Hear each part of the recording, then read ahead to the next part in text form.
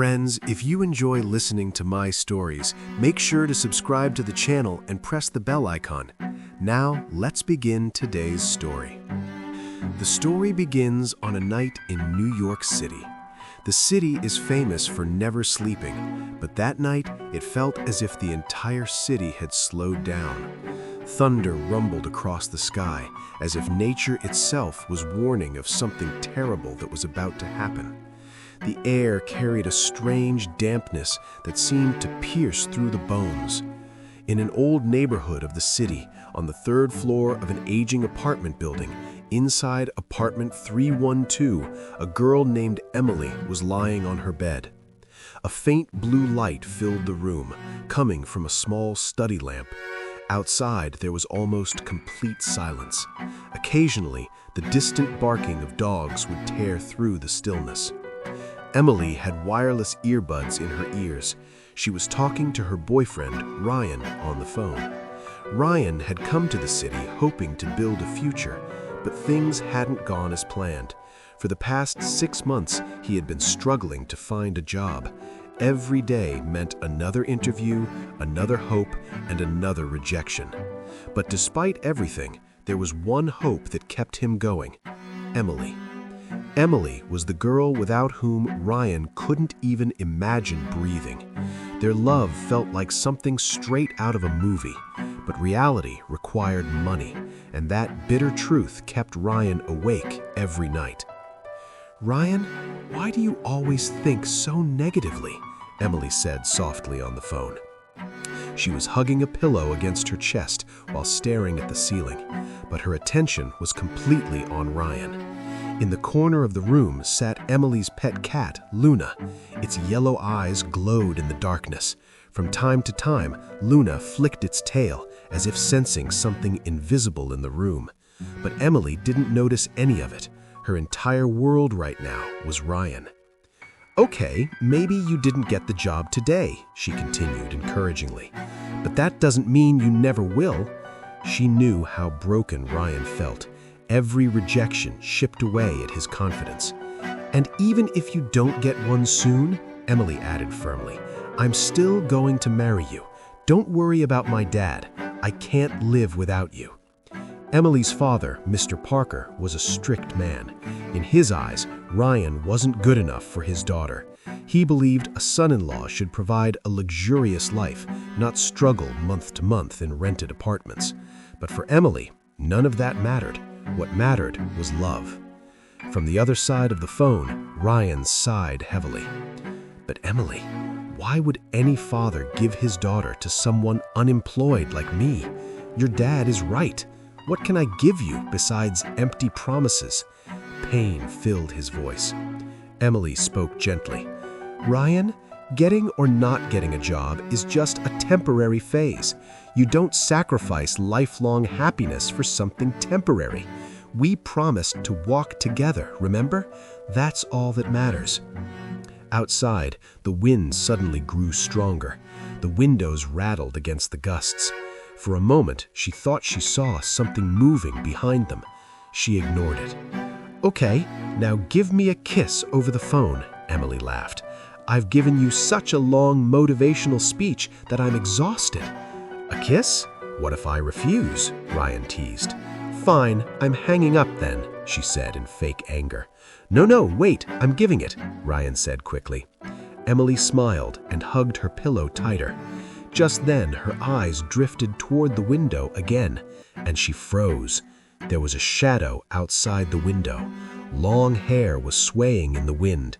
At first, she thought it might be a tree branch, but when she looked carefully, it looked like a person. A sudden chill ran through her body. Goosebumps spread across her skin. "Ryan, wait a second," she whispered. "What happened?" Ryan asked, worried. "I think someone is outside." "Emily, you're on the 3rd floor. How could anyone be there?" "That's what I'm going to check." Still wearing her earbuds, she slowly walked toward the window. Each step felt heavier than the last. Behind her, Luna suddenly hissed loudly, its back arched as it stared toward the window. Animals often see things humans cannot. Emily slowly pulled the curtain aside. There was nothing there, just darkness. "There's no one here," she said, relieved, "but I swear I saw a woman." She removed one earbud. Ryan's voice echoed faintly from the phone. "Emily? What's happening?" Emily leaned slightly out of the window to look down. The street below was empty. Thunder roared again. Then suddenly, she saw her. A beautiful woman hanging upside down outside the window. Her hair floated in the air like it was underwater. Her eyes were wide open, but there were no pupils, only white. Her face looked pale, like a corpse. Emily screamed, Who are you?" The moment she spoke, the woman vanished. Only a cold gust of wind brushed past her face. Emily stumbled backward and fell to the floor. Then she heard a low growl. It sounded like an animal, but also strangely human. The sound was coming from inside the room, from the corner where Luna had been sitting. Emily slowly turned, and what she saw froze her blood. The same woman who had been outside the window was now sitting on her bed. Her wet dress clung to her body as if she had just climbed out of a river, and in her hands, she was devouring Luna. Blood dripped onto the floor. The room filled with the metallic smell of it. Emily's vision blurred. Her last memory before losing consciousness was the woman smiling at her, a cold, cruel smile. 7 days passed after that night. For 7 days, Emily lay in a hospital bed like a living corpse. This was a large private hospital in New York. The walls were bright white, but the atmosphere always felt heavy. Emily's eyes still carried the same terror from that night. Doctors said she had suffered a severe psychological She didn't move. Only the machines kept her alive. Every day, Ryan came to the hospital, but he watched Emily secretly from outside the ICU, because if Mr. Parker saw him, there would be chaos. Mr. Parker believed Ryan was somehow responsible for Emily's condition. He had forbidden Ryan from entering the hospital, but Ryan still came. In 7 days, he hadn't searched for a job. He barely ate. His face had turned pale. Dark circles surrounded his eyes, but none of that mattered. His entire world now revolved around the ICU door.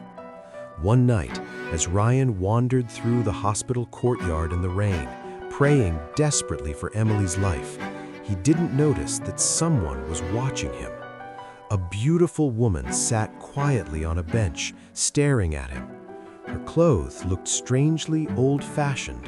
Her eyes had an unnatural shine. After some time, she stood and walked toward him. "Excuse me," she said. Ryan ignored her. His eyes were fixed on the ICU window. "Excuse me," she said again. This time, he looked at her. For a moment, he was stunned. He had never seen someone so beautiful, yet so mysterious. "Yes," he asked. "I've been watching you for 8 days," she said calmly. "You stay here all the time. You haven't even changed your clothes. The only constant on your face is tension." Ryan looked confused. "Who is admitted here?" she asked. "My life," he replied. "My Emily." The girl smiled strangely. "Don't worry," she said. "I'm here. I'll fix everything."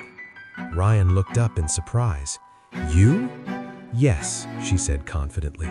"I'm the one treating your Emily." Ryan felt tears in his eyes. "Doctor, I'll never be able to repay you. Please, just save her." He almost tried to touch her feet in gratitude, but she stepped back. "As a doctor, I'm doing my best."